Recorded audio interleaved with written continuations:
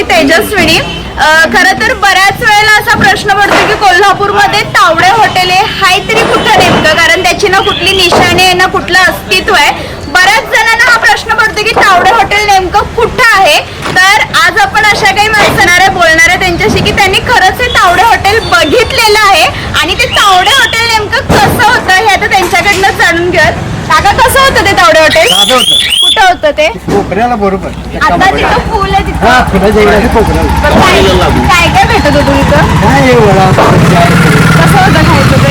संस्कृत आणि तुम्ही ते बघायची काय बैलगाडीचं सांगत होता? जे बैलगाड्यात नाही झाले आम्ही खेप घेऊन बैलगाडीची गांधीनगरला हॉटेलला चहा पित होतो तेव्हा गर्दी नसते काय. अच्छा, म्हणजे तुम्ही स्वतः बघितलेले आहे ते? कावळा नाक्यापासून ते तावडे हॉटेल पर्यंत एकदम रिकामा रोड असायचा आणि आधीमध्ये काय मिळत नव्हतं तावडे हॉटेल शिवाय. बर. आम्ही बैलगाडी घेऊन गेले की डायरेक्ट तिथे गेल्यावर चहा किंवा भजी काय असेल ते तिथेच भेटायचं. फळ्या लाकडी काय असेल ते तेव्हा लाकडी साहित्य सगळं तिकडे न्यायचं. 40-50 वर्षाच्या पाठीमीची गोड 40 वर्षाच्या पाठीमीची गोड तावडे हॉटेल होतं 40 वर्षाच्या पाठीमा साधं होतं एकदम साधं होतं. बेंगळूर साऱ्या आणि तिथे एकच हॉटेल होतं का अजून कुठलं?